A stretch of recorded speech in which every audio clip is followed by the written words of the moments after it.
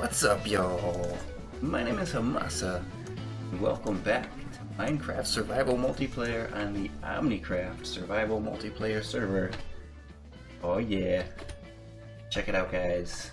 We have ourselves the beginnings of a little starter area here. Got a bunch of trees grew. Got a bunch of trees growing, some crops going over yonder. Things to harvest.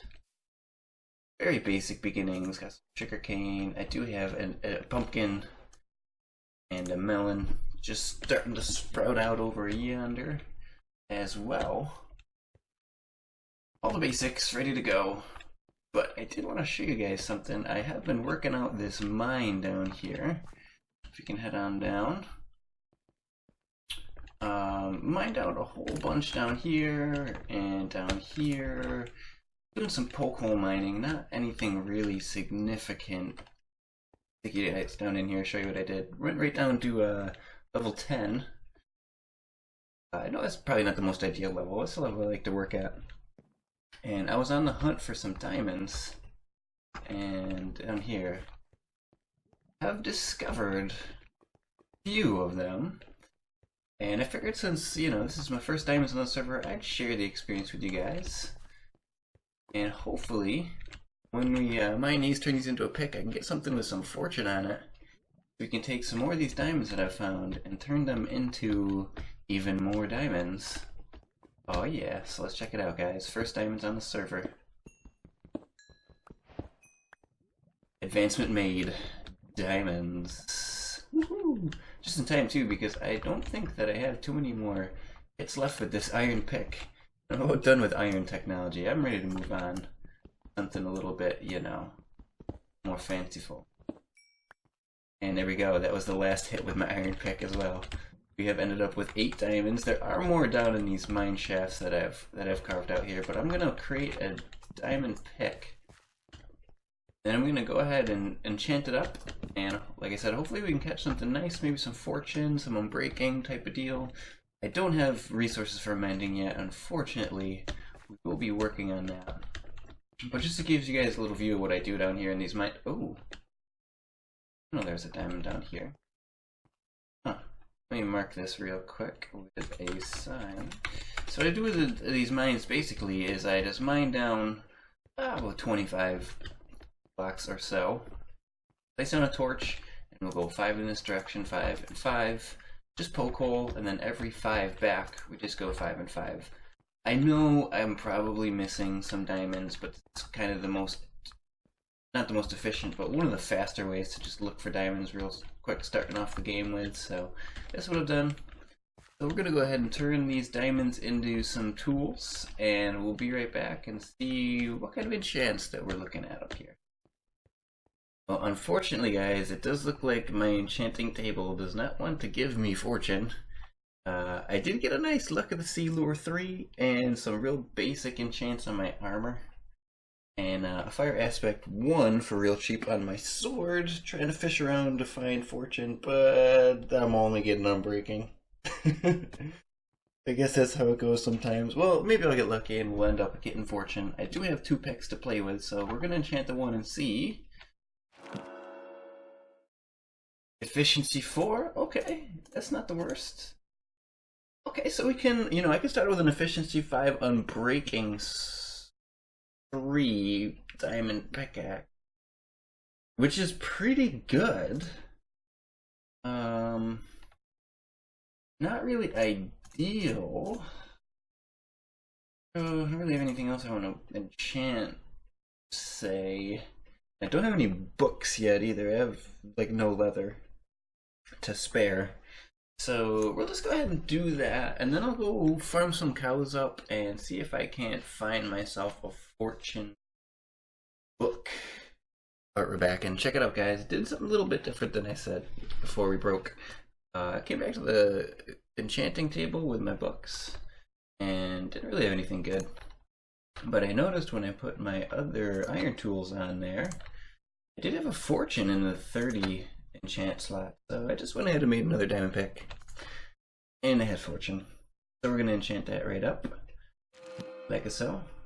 Fortune efficiency. I'm going to combine that with my other pick, and this is going to be set to go until we get our mending. This is probably the most important tool in Minecraft, so I'm okay with making yet another pick and combining them up on the anvil. 12, that's 20, so we'll go with a cost of 12. And we're going to be enchanting our diamond pick, and this is going to be the hand. Is it in my left hand? No, it goes in my right hand. Right hand. Man. Damn.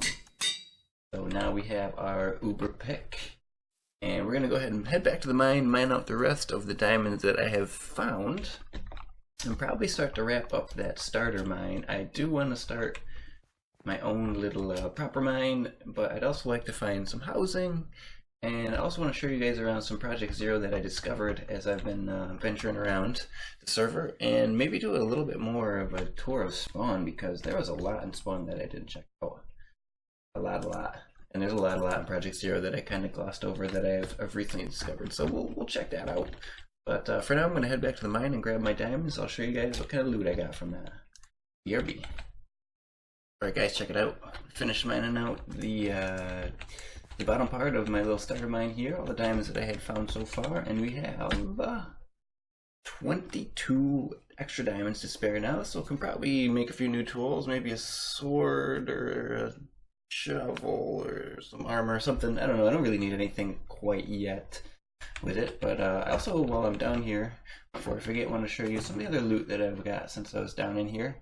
Again, not strip mining, just kind of poke-holing around, but found, you know, a couple stacks of iron, gold, lapis. I kept my bed and the starter tips for now.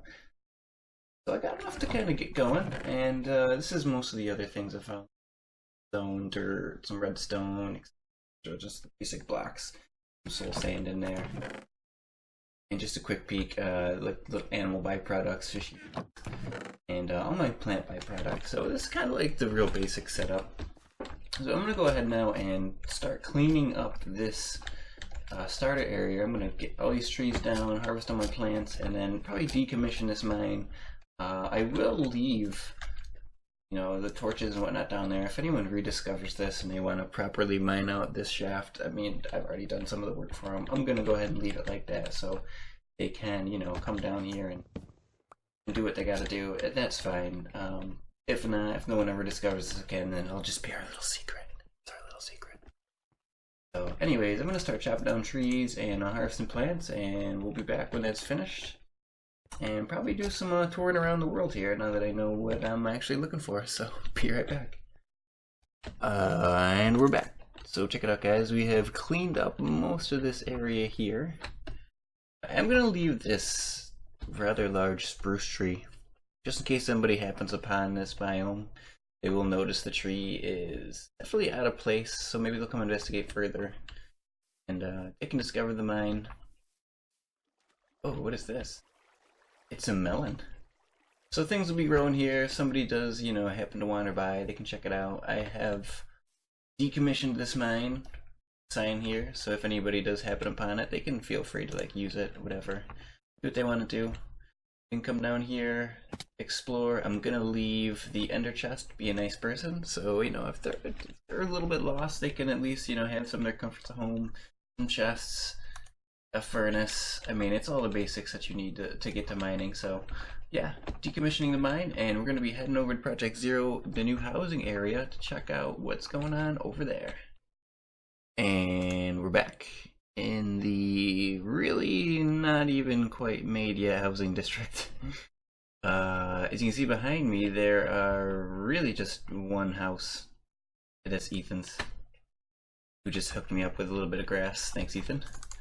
But yeah, this empty area here, the void, is going to be where the housing is going to end up. So for now, the people that are going to be doing the housing basically got to terraform yourself a little place to build on. So that's what I've done here. I got a little floating dirt island, and we're going to be expanding upon the dirt island and building ourselves a little house here. Nothing too huge. I think I did like a 21 by 18 area, so I don't even know if I'll use all of it, but I wanted to be a little bit off the path a little, so it's not so rigid. The rest of Project Zero is very grid-like and rigid, and the housing area I feel like it can be whatever it wants to be. Maybe some curvy roads and some different elevations and things. So we're definitely not going to be building on this level. I'm going to be going up probably a level or two higher, and then kind of slope it down. And then also, since there's just like this void underneath, I'm gonna have to pillar up from the bottom because I do want to put in like a what do you call those things that are underground? Having a brain fart right now. Like a basement, yeah, a basement. That's what I want. So we've moved all our supplies over to yonder. Sorry if you have OCD, because this is probably gonna drive you crazy. But we're gonna be building on here. And yeah, so that's the plan. I haven't really planned out anything on this besides like this is my floating island. So we're gonna go ahead and check out some of the other things in Project Zero now that we have kind of newly discovered since we've been over here. And we'll cut in between checking those things out. Otherwise it's gonna be like a 40-minute episode because there is a lot going on and it's quite a wide area, so it's a little bit difficult to get places without the use of a horse right now. So we'll go ahead and keep cutting in and out, and we'll be checking out the things. So be right back. Yo guys, okay, so the first thing we're gonna check out is actually a new building that just popped up in the last day or two, and it's gonna be the first thing that new players see when they come through the portal, through spawn, and then back through the Nettler portal here. And like I said, it's just popped up. Kind of cool. I don't believe it's finished yet, but we have ourselves a little Project Zero building built by Shadow Flame. Excuse me, Sky Flame Shadow. Sorry, Sky Flame. It's got a few little instructions and things around here. I do think this is still a work in progress, but if you remember the first time we came down here, there was just like a sign and a few torches lighting up the way, but looks like somebody's actually spearheading this. It's so cool, Project Zero. There's so many people who are on that you see new things built all the time. So we'll give this another look when Sky is completely done building it. But we're going to head off in the direction of what I believe to be Project Zero Castle, and when we find it, we'll be right back. But yeah, start to see it now, guys. This is going to be... Oh, look how huge this is. This is the Project Zero Castle. I believe it's being spearheaded by 2K Double, but he is definitely looking for help because this is an absolutely massive project. If you come through the portal like I did, you're going to want to go behind it and head towards 600 coordinates, but oh man, look at how big... Oh, he's even got a portal himself. Look how big this thing is, and he's using different textures on there. It's beautiful. I'm not sure how we're gonna get up there. He's leveled off in an entire biome, it looks like. See if we can find a better way up here and get a little bit of a closer look for you. Okay. The moon is starting to come up, and we've made it to the leveled off area here. Check it out, guys. Definitely a work in progress, but look how cool this is using the different textures. I'm gonna turn my texture pack off really quick, and we'll get a look at it from kind of the vanilla texture. The area's pretty well lit, so I shouldn't be getting beat up. And oh yeah, didn't shout out this texture pack. Simply Sharp by Tyler Tiza. I really like this. We're gonna head over to the default pack, load it in, and check out the castle in default. Oh yeah. Oh yeah, look at that. It still looks really good. I kind of do enjoy the default texture when it comes to like just stones. Other things, not so much, but the stone and the combinations of stones do look really good. So it looks like this is his outer perimeter wall here. Not sure if there's a way to breach this castle. I guess I could build some ladders, but we're gonna head around and see if we can't find some better way, like an actual entrance into this joint. Wow! Wow, check this out. It looks like he's leveled off another layer, and this is all just wooden blocks. So very raw castles. far. Really not a whole lot to be shown over here, but a huge area to build with. And I know Double was looking for some help with this, so if anybody really likes the medieval type of thing, castle building, or you just want to come over here and donate some supplies, because he's gonna need a ton. Looks like this is spruce. Tons of spruce, all sorts of stone and cobble, and andesites, stone bricks. Just, I mean, this is gonna be absolutely massive. I can't wait to track the productivity over here. This is a huge project. It's gonna look really, really cool. So let's head back over to Project Zero and see some other things that are going on around the area. Alrighty, guys. The next area I want to show you, we kind of glossed over the first time I was out here, but there has been some expanding to it. You can see the wall of cake, and I had to turn my sound down a little bit because these guys are incredibly noisy.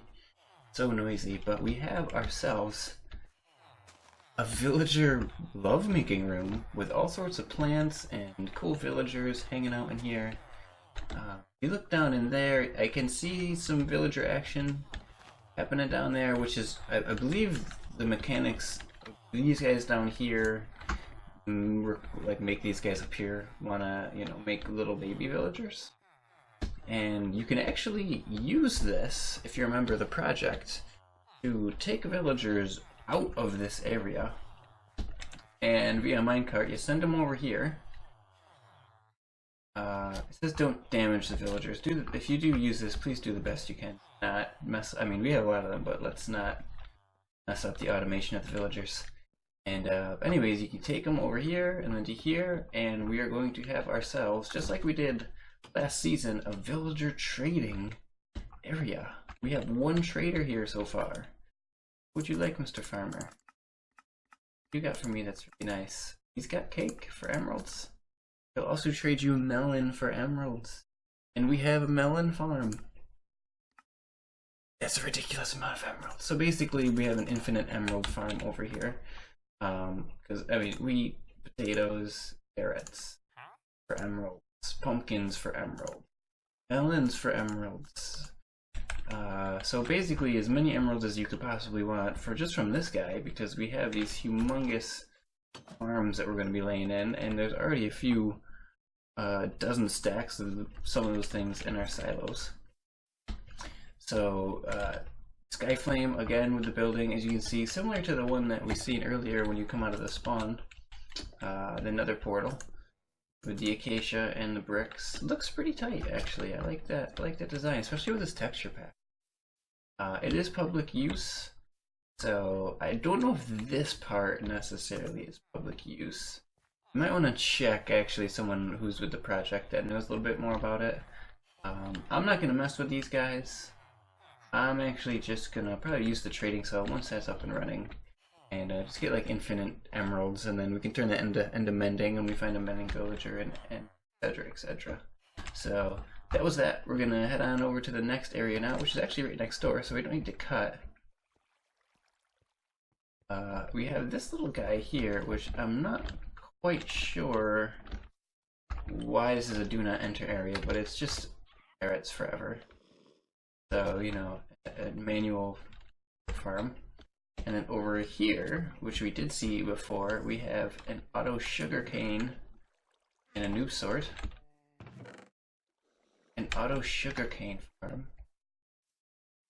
I believe there's some more on this. No, it all kind of rolls over there. So almost 100% lossless. I think there was just two. You can chuck that in, as you can see, down the line.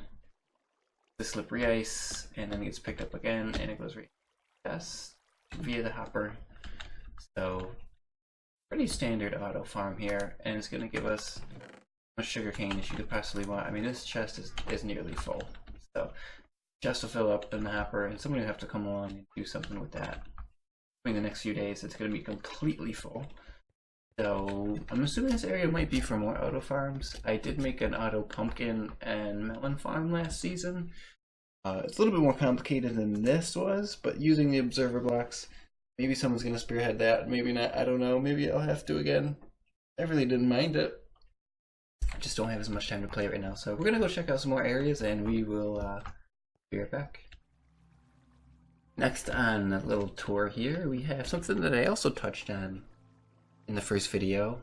We're going to take a little bit more of an in-depth look at it. This is the mob spawner by Mooseman and Boardman. This is based, I believe, on a mumbo jumbo design, using these dispensers here, which will be dispensing water onto the pads. And essentially, so what will happen once we remove the torches is on these spawning pads, we'll have different types of entities spawning. And then at which point we'll have like a redstone signal of some sort that gets triggered, if be it on a clock or maybe just a manual trigger. Dispenses water, the water flows to the maximum distance over here, which pushes all of the baddies off the side. They're going to fall down to their deaths down yonder. Obviously some changes will have to be made for the killing area down here, but once they fall down here, they'll all be funneled into, I'm assuming, a collection. Getting distracted by it because I see some redstone stuff over here. They'll all fall down here into like a collection zone so we can get all the mob spawns. And with any luck, mobs will be spawning over here and dying, which will help keep the mob spawn rate down for other parts of the project. We do have a fair amount of creepers that jump up around here, but luckily creepers, when they explode, do not actually break any blocks, which is kind of nice for the server, but I didn't mind them blowing things up. It made things interesting. But creepers blowing up doesn't do any harm to your blocks. It will give you damage, and it'll damage entities.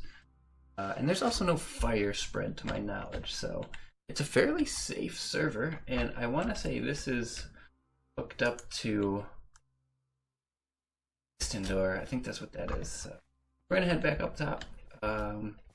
If you want to learn more about this mob spawner, you can check out the original design, and this is, like I said, I believe this is a mumbo jumbo design.